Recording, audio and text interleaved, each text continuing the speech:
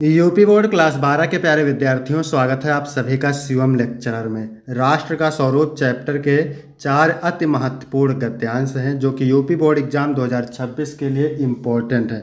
तो आप लोग वीडियो को पूरा अंत तक देखिएगा।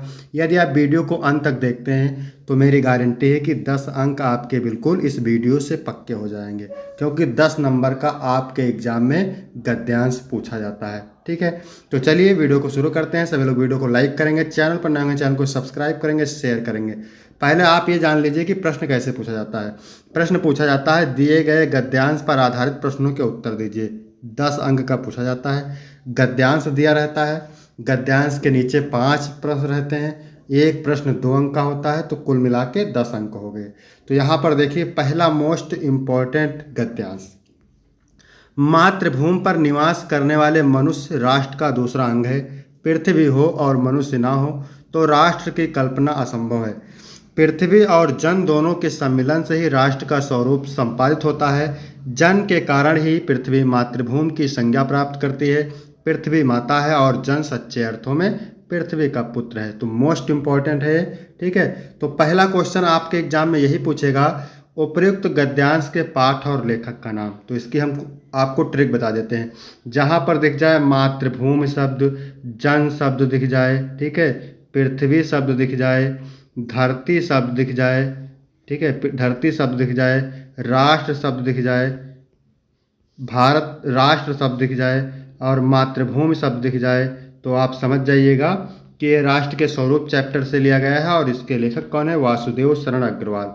ठीक है, तो उपयुक्त गद्यांश के पाठ और पाठ का शीर्षक राष्ट्र का स्वरूप है और इसके लेखक कौन है? वासुदेव शरण अग्रवाल है। ठीक है, आपका यहाँ से 2 अंक बिल्कुल पक्के हो जाएंगे। फिर देखिए दूसरा क्वेश्चन क्या पूछ रहा है, रेखांकित अंश की व्याख्या कीजिए। तो मेरे प्यारे बच्चों, व्याख्या किसकी करना है? व्याख्या यहाँ पर देख लीजिए, जिसकी रेखा खींची हुई है। पृथ्वी माता है और जन सच्चे अर्थों में पृथ्वी का पुत्र है, तो इसकी व्याख्या लिखना है आपको। जिस प्रकार माता हमें जन्म देती है, पालन पोषण करती है, हमें प्यार करती है, उसी प्रकार पृथ्वी हमें अन्न देती है। इसके धूल में हम खेल कर बड़े होते हैं, इसकी हवा में हम सांस लेते हैं। पृथ्वी एक माता के ही समान हमारा पालन पोषण करती है, अतः पृथ्वी एक माता के समान है और मनुष्य सच्चे अर्थों में पृथ्वी का पुत्र है। इसके बाद मेरे प्यारे बच्चों तीसरा प्रश्न है, लेखक के अनुसार राष्ट्र की कल्पना कब असंभव है? तो यदि पृथ्वी हो और मनुष्य ना हो तो राष्ट्र की कल्पना असंभव है। आपको आसानी से उत्तर पैराग्राफ में मिल जाएगा, केवल आपको क्या है, पैराग्राफ अच्छे से पढ़ना है। देखिए यहाँ पर पृथ्वी हो मनुष्य ना हो तो राष्ट्र की कल्पना असंभव है। इसके बाद में अगला प्रश्न है, पृथ्वी और जन दोनों मिलकर किसकी रचना करते हैं? तो पृथ्वी और जन दोनों मिलकर राष्ट्र के स्वरूप की रचना करते हैं। ठीक है, फिर है, पृथ्वी कब मातृभूमि की संज्ञा प्राप्त करती है? तो पृथ्वी मातृभूमि की संज्ञा जन यानी मनुष्य के कारण ही प्राप्त करती है। ठीक है, तो इस प्रकार से इसमें 5 प्रश्न हो गए। इसके बाद दूसरा मोस्ट इम्पॉर्टेंट पैराग्राफ है, इसको भी पढ़ना है। भूमि का निर्माण देवों ने किया है, वह अनंत काल से है। उसके भौतिक रूप, सौंदर्य और समृद्धि के प्रति सचेत होना हमारा आवश्यक कर्तव्य है। भूमि के पार्थिव स्वरूप के प्रति हम जितने अधिक जागृत होंगे, उतनी ही हमारी राष्ट्रीयता बलवती हो सकेगी। यह पृथ्वी सच्चे अर्थों में समस्त राष्ट्रीय विचारधाराओं की जननी है। जो राष्ट्रीयता पृथ्वी के साथ नहीं जुड़ी वह निर्मूल होता है, यानी उसका कोई मूल्य नहीं होता है। तो पहला क्वेश्चन यही पूछेगा आपसे, उपयुक्त गद्यांश के पाठ और लेखक का नाम। तो पाठ का शीर्षक है राष्ट्र का स्वरूप और उसके लेखक हैं वासुदेव शरण अग्रवाल। फिर दूसरा क्वेश्चन पूछ रहा है रेखांकित अंश की व्याख्या। तो व्याख्या किसकी करना है मेरे प्यारे बच्चों? देख सकते हैं आप, जिसकी यहाँ पर रेखा खींची हुई है इसकी आपको व्याख्या करना है। तो चलिए देख लेते हैं इसकी व्याख्या। व्याख्या में लिखेंगे, यह पृथ्वी सच्चे अर्थों में समस्त राष्ट्रीय विचारधाराओं की जननी है। जो राष्ट्रीयता पृथ्वी के साथ नहीं जुड़ी वह निर्मूल होती है। पृथ्वी धरती ही सभी राष्ट्रीय विचारधाराओं की जननी है। राष्ट्रीयता का आधार पृथ्वी होती है। अगर राष्ट्रीयता भूमि से जुड़ी नहीं होती तो उसका कोई स्थायी आधार नहीं होता और वह टिकाऊ नहीं होती। इसके बाद अगला क्वेश्चन पूछ रहा है, भूमि का निर्माण किसने किया है और वह कब से है? तो अभी आपने पढ़ा था, भूमि का निर्माण देवों ने किया है और वह अनंत काल से है। इसके बाद अगला क्वेश्चन है, यह पृथ्वी सच्चे अर्थों में किसकी जननी है? तो यह पृथ्वी सच्चे अर्थों में समस्त राष्ट्रीय विचारधाराओं की जननी है। अभी आपने पढ़ा था। पार्थिव और निर्मूल शब्दों का अर्थ लिखिए।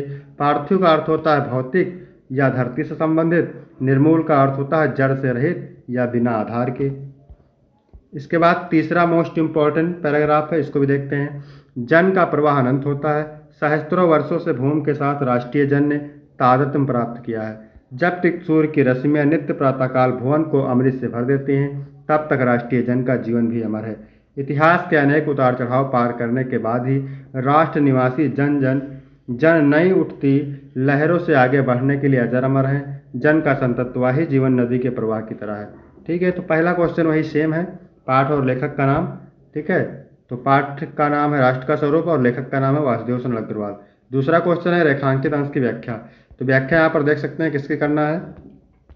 जब तक सूर्य की रश्मियाँ नित्य प्रातःकाल भुवन को अमृत से भर देती हैं, तब तक राष्ट्रीय जन का जीवन भी अमर है। इसकी व्याख्या करना है आपको, तो इसकी व्याख्या देख लीजिए। लेखक के अनुसार जब तक सूरज की किरणें संसार को अमृत से भरती रहेंगी, तब तक राष्ट्रीय जन का जीवन भी अमर है। इतिहास में राष्ट्रीय जन ने कई उतार चढ़ाव देखे हैं, पर फिर वो अमर है नई आशाओं के साथ। तीसरा है राष्ट्रीय जन का जीवन कब तक अमर है। तो राष्ट्रीय जन का जीवन भी अमर है जब तक सूर्य की रश्मियाँ नित्य प्रातःकाल भुवन को अमृत से भरती रहेंगी। इसके बाद अगला क्वेश्चन है तादात्म्य और अजर का शब्दार्थ लिखिए। तादात्म्य का मतलब होता है समता, एकता या सामंजस्य, और अजर का मतलब होता है अमर, जो कभी नष्ट ना हो। फिर अगला क्वेश्चन है राष्ट्र निवासी जन ने किसके साथ तादात्म्य प्राप्त स्थापित किया है। तो राष्ट्रीय जन ने भूमि के साथ तादात्म्य प्राप्त किया है। इसके बाद चौथा मोस्ट इम्पॉर्टेंट है पैराग्राफ, राष्ट्र का तीसरा अंग जन की संस्कृति है। मनुष्य ने युगों युगों में जिस सभ्यता का निर्माण किया है, वही उसके जीवन की श्वास प्रश्वास है। बिना संस्कृत के जन की कल्पना संबंध मात्र है। संस्कृत ही जन का मस्तिष्क है। संस्कृत के विकास और अभ्युदय के द्वारा ही राष्ट्र की वृद्धि संभव है। राष्ट्र के समग्र रूप में भूमि और जन के साथ साथ जन की संस्कृति का महत्वपूर्ण स्थान है। तो पहला क्वेश्चन मेरे प्यारे बच्चों सेम है, पाठ के लेखक का नाम और पाठ का नाम और लेखक का नाम। पाठ का नाम है राष्ट्र का स्वरूप और लेखक का नाम है डॉक्टर वासुदेव शरण अग्रवाल। दूसरा है रेखांकित अंश की व्याख्या। तो व्याख्या किसकी करना है आपको, जिसकी रेखा खींची हुई है, देख लेते हैं आप यहाँ पे। राष्ट्र का तीसरा अंग जन की संस्कृति है। मनुष्य ने युगों युगों में जिस सभ्यता का निर्माण किया है, वह उसके जीवन की श्वास प्रश्वास है। बिना संस्कृति के जीवन की कल्पना संबंध मात्र है। तो चलिए इसकी व्याख्या देखते हैं। हरिंग डालना है रेखांकित अंश की व्याख्या। संस्कृत राष्ट्र का एक महत्वपूर्ण हिस्सा है। यदि जन और भूमि अपनी संस्कृति से रहित हो जाएं, तो राष्ट्र का अस्तित्व समाप्त हो जाएगा। संस्कृत के सौंदर्य और सुगंध में ही राष्ट्रीय जन के जीवन का असली सौंदर्य और यश छिपा हुआ है। इसका अर्थ है कि संस्कृति ही जीवन का आधार है और यह राष्ट्र के विकास में एक महत्वपूर्ण भूमिका निभाती है। फिर अगला क्वेश्चन है राष्ट्र का तीसरा अंग क्या है। तो पैराग्राफ में अभी पढ़ा था, राष्ट्र का तीसरा अंग होता है जन की संस्कृति। मनुष्य के जीवन की श्वास प्रश्वास क्या है। तो मनुष्य के जीवन की श्वास प्रश्वास सभ्यता है, जिसे उसने युगों युगों में निर्माण किया है। यह उसकी पहचान और अस्तित्व का महत्वपूर्ण हिस्सा है। इसके बाद है अगला क्वेश्चन, राष्ट्र की वृद्धि कैसे संभव है। तो राष्ट्र की वृद्धि संस्कृति के विकास और अभ्युदय के द्वारा संभव है। जब संस्कृत मजबूत होगी, तभी राष्ट्र आगे बढ़ सकेगा। ठीक है, तो ये रहे 4 मोस्ट इम्पॉर्टेंट गद्यांश। इनको आप जरूर तैयार करिएगा, इनसे बाहर आपके एग्जाम में नहीं आने वाला है और इस वीडियो से आपके पूरे 10 अंक पक्के हो जाएंगे। वीडियो अच्छा लगा हो तो वीडियो को लाइक करेंगे, चैनल पर नए होंगे चैनल को सब्सक्राइब करेंगे, शेयर करेंगे।